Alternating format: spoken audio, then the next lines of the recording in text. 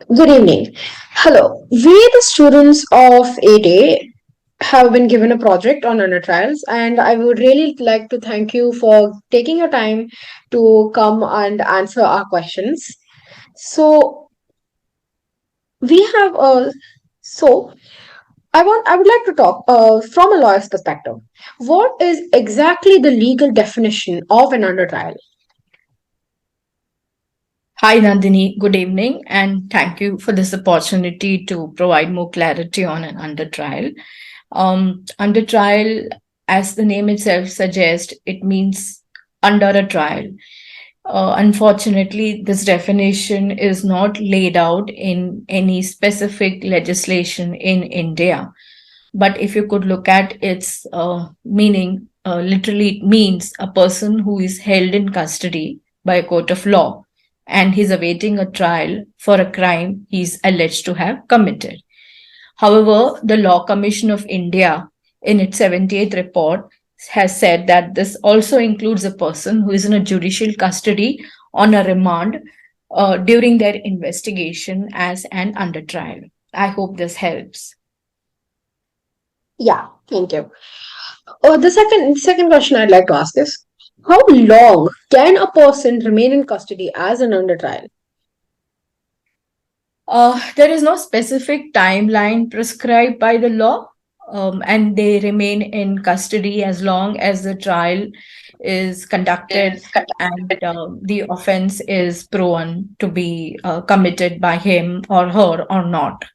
So the law does not prescribe any timeline for the whole trial to be completed. Yeah, yeah. Okay. So leading on the on question number two, because of this, what are the many impacts how can this impact that under the under trial uh, how can this impact how can the impact of being how can being an under trial impact someone's life and their own well-being? Okay, good question, Andini. So, so basically, let's just go back into how the whole process is.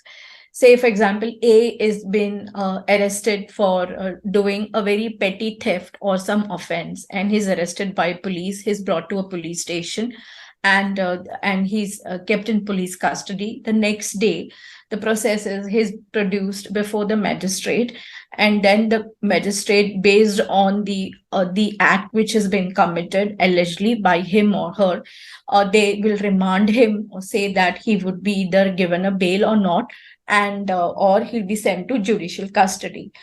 From here, his liberty, his freedom is completely curbed, correct?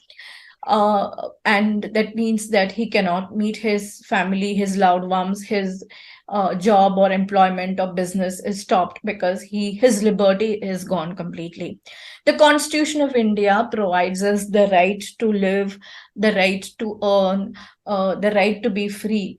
However, this is fettered because if the under trial languishes in a prison without the trial being started, and there have been many cases where these trials do not start for years together for umpteen reasons, then his liberty, his right to life, his right to have a livelihood is completely gone. So we are actually being against the constitutional principles.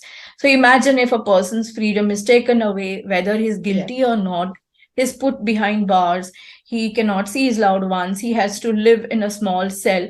You can imagine the impact it will have on his mental and physical well-being, right? So yeah, I mean, this is how it is in the current scenario. Yeah. So, talking about that, what is the actual role of a judge in deciding bail and release for an under trial? Okay, another good question.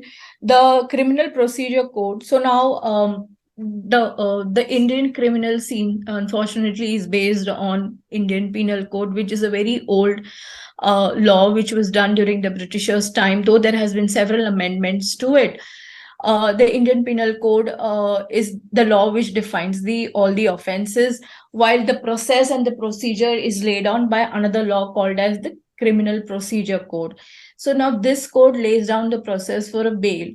In such case, when a person is produced before a magistrate, the magistrate has the power at his discretion to decide whether he should be granting bail to the accused or not.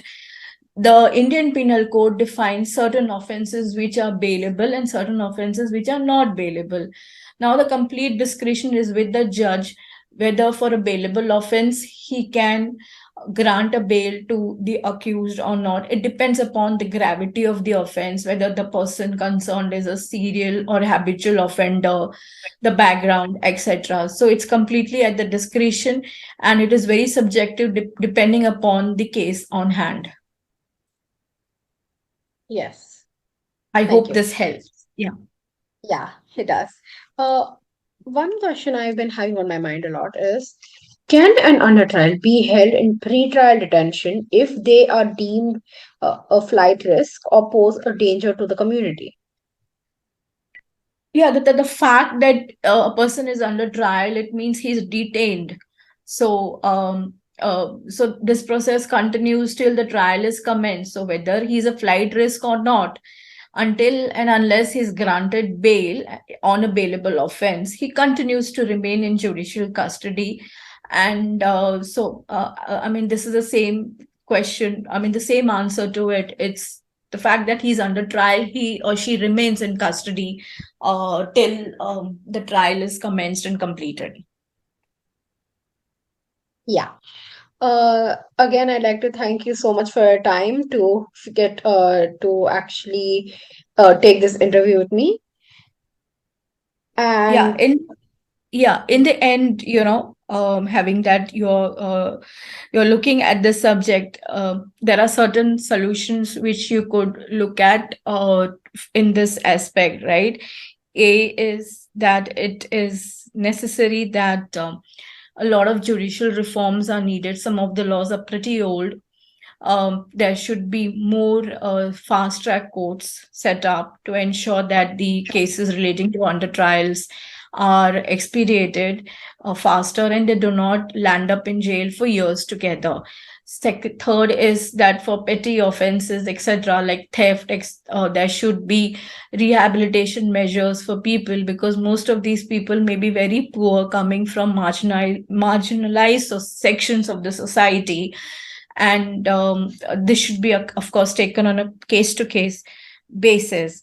Also, there should be some separation between convicted prisoners and people who have been actually found guilty, and the under trials, because under the Indian constitution and the Indian jurisprudence, a person is supposed to be considered as innocent until he's proven guilty. yes, These are some of the yeah, ways where we can kind of look at bringing more reforms in this subject matter. yeah. Thank you so much for your time, and I am very grateful that you were able to actually make time for this interview. Goodbye. Thank you, Nandini. Bye